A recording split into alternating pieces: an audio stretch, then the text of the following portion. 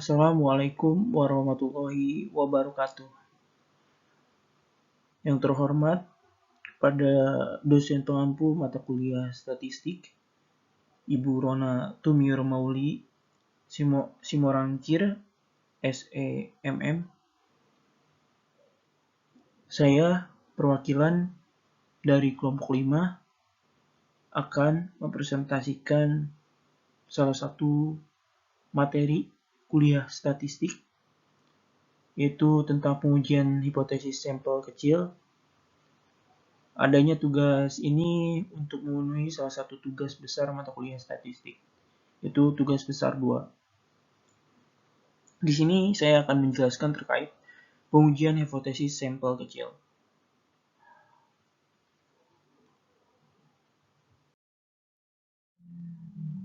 Berikut ini anggota kelompok 5 ada Rian Aditya Saputra, Muhammad Ilmi Fauzi, Tania Melani, Aisyah Shalsabila, Rama Herdiansyah, Novia Febrianti, dan Olga Viera.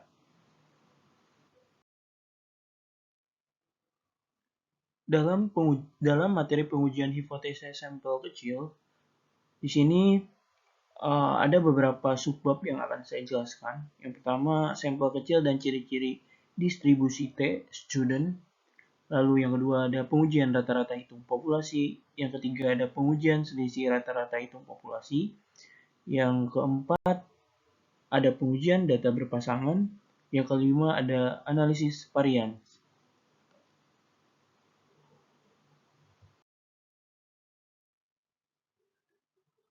Pengertian sampel kecil. Sampel kecil adalah di mana jumlah sampel kurang dari 30. Maka nilai standar deviasi atau dengan simbol S kecil berfluktuasi relatif besar. Sehingga nilai uji Z dalam kurung 2 sama dengan min U dibagi SPN tidak bersifat normal. Oleh karena itu, untuk sebaran distribusi sampel kecil dikembangkan suatu distribusi khusus yang dikenal sebagai distribusi T atau T student. Nilai-nilai distribusi T dinyatakan sebagai berikut.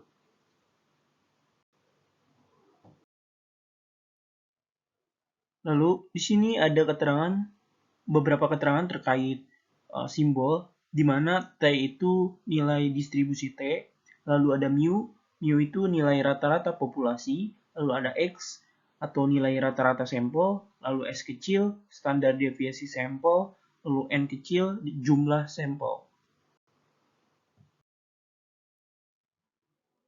Selanjutnya saya akan menjelaskan terkait ciri-ciri distribusi T. Yang pertama, distribusi T student seperti distribusi Z merupakan sebuah distribusi kontinu, di mana nilainya dapat menempati semua titik pengamatan. Lalu yang kedua, distribusi T student seperti distribusi Z berbentuk genta atau lonceng dan simetris dengan nilai rata-rata sama dengan 0. Lalu yang ketiga, distribusi T student bukan merupakan satu kurva seperti kurva Z, tetapi keluarga dari distribusi T. Setiap distribusi mempunyai rata-rata hitung sama dengan 0, tetapi dengan standar deviasi yang berbeda-beda, sesuai dengan besarnya sampel N. Ada distribusi T untuk sampel berukuran 2, yang berbeda dengan distribusi untuk sampel sebanyak 15, 25, dan sebagainya. Apabila sampel semakin besar, maka distribusi T akan mendekati normal. Bisa kita lihat di sini ada gambar, di mana setiap distribusi mempunyai rata-rata hitung sama dengan 0, tetapi dengan standar deviasi yang berbeda-beda, sesuai dengan besarnya sampel N.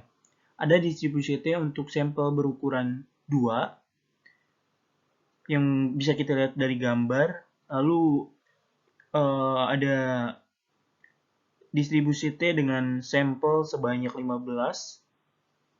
Lalu ada distribusi T dengan sampel sebanyak 25.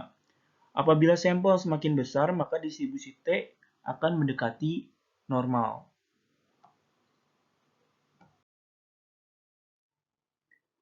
Selanjutnya, di sini ada sebuah gambar, yang menunjukkan bahwa perbedaan antara skala Z dan skala T. Di mana di sini distribusi Z daerah tidak menolak HO. Daerah penolakan taraf nyata 5%. Di sini ada 1645. Bisa kita lihat di gambar ya, terlihat perbedaan antara skala Z dan distribusi Z dan distribusi T. Di sini distribusi T daerah tidak menolak HO. Daerah penolakan ternyata taraf nyata 5%, di mana 2042 skala T.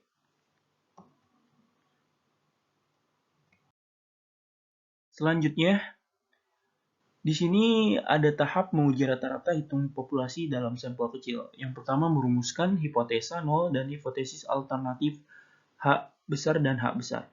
Yang kedua, menentukan taraf nyata apakah 1%, 5%, atau pada taraf lainnya serta mengetahui titik kritis berdasarkan pada tabel T student.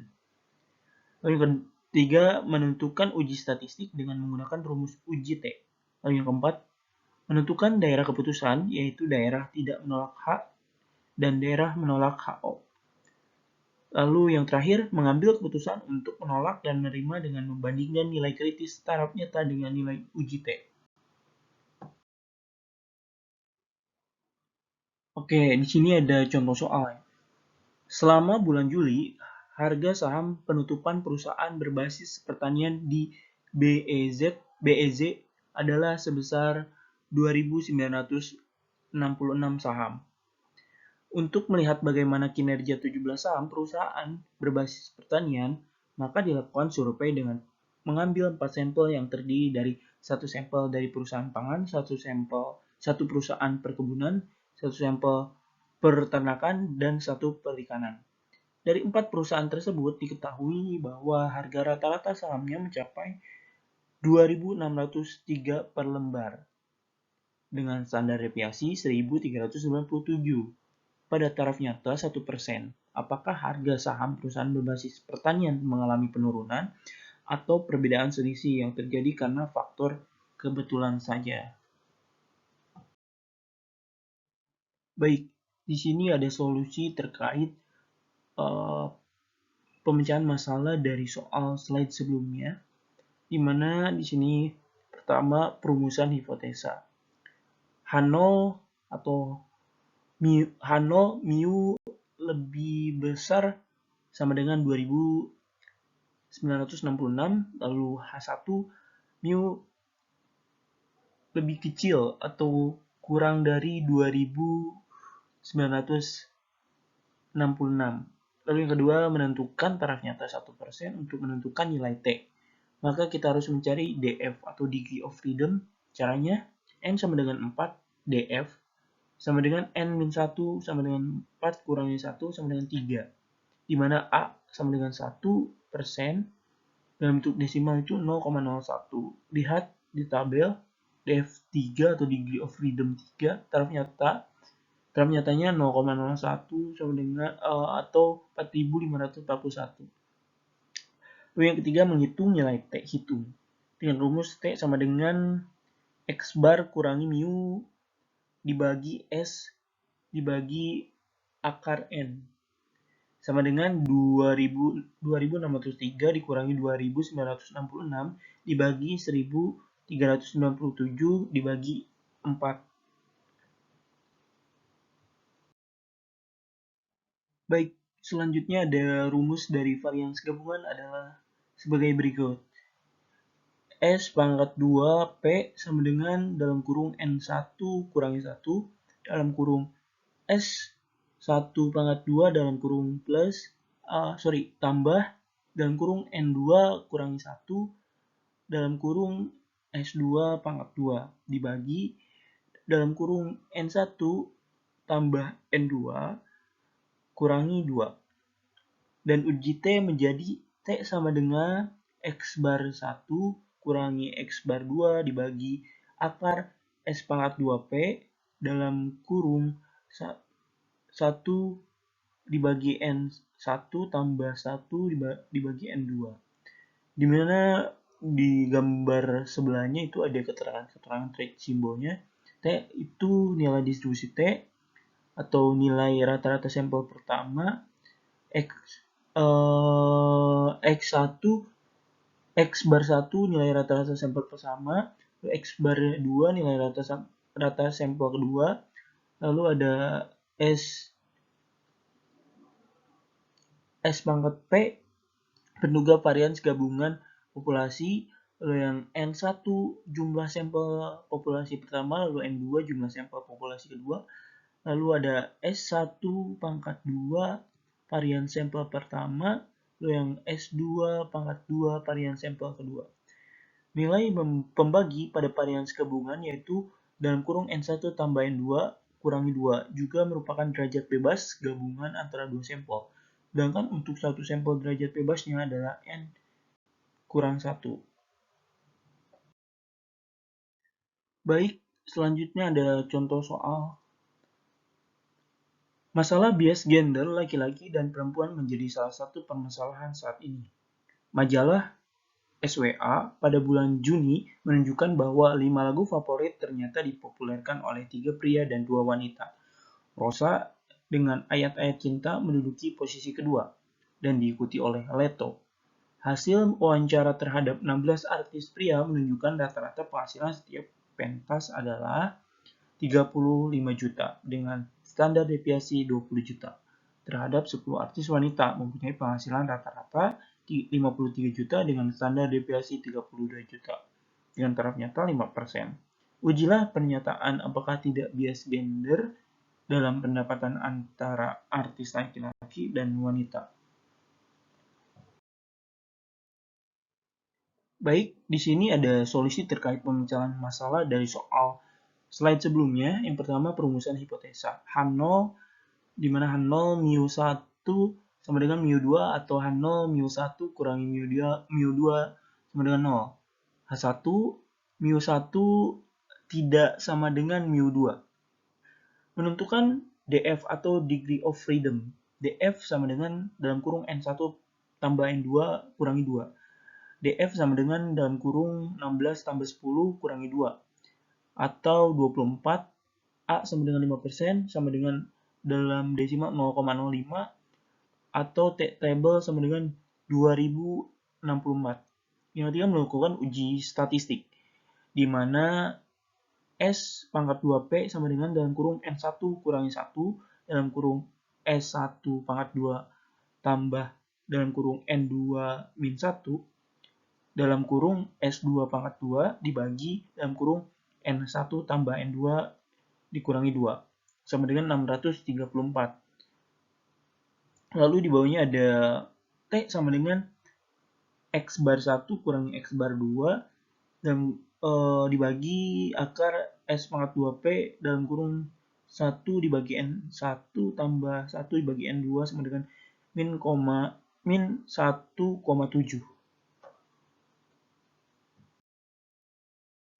Selanjutnya, uji statistik untuk pengujian hipotesis data berpasangan dinyatakan sebagai berikut.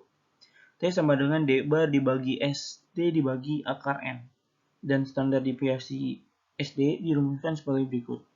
SD akar sigma D pangkat 2 dikurangi dalam kurung D pangkat 2 dibagi N min 1. Di mana T sama dengan nilai distribusi T, D bar sama dengan nilai rata-rata perbedaan antara pengamatan berpasangan, SD adalah standar deviasi dari perbedaan antara pengamatan berpasangan, N merupakan jumlah pengamatan berpasangan, dan D perbedaan antara data berpasangan. Baik, di sini ciri distribusi. Satu, distribusi F lebih mirip dengan distribusi T, yaitu mempunyai keluarga distribusi F. Bisa dilihat pada gambar di atas, lihat bahwa distribusi dengan derajat bebas, pembilang 5 dan penyebut 5 yang ditulis DF atau degree of freedom 5,5 mempunyai distribusi F yang berbeda dengan distribusi degree of freedom atau DF 20,7 dan DF 29,28.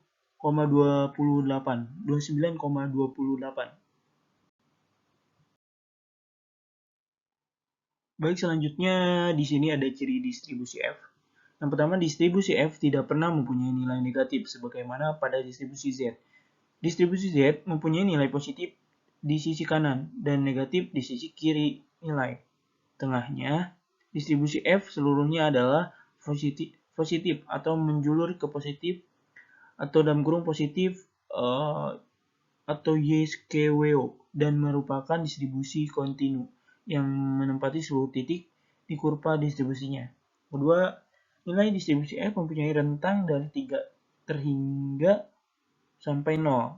Apabila nilai F meningkat, maka distribusi F mendekati sumbu X, namun tidak pernah menyentuh sumbu X tersebut. Lalu yang ketiga, distribusi F juga memerlukan syarat, yaitu A. Populasi I yang diteliti mempunyai distribusi yang normal.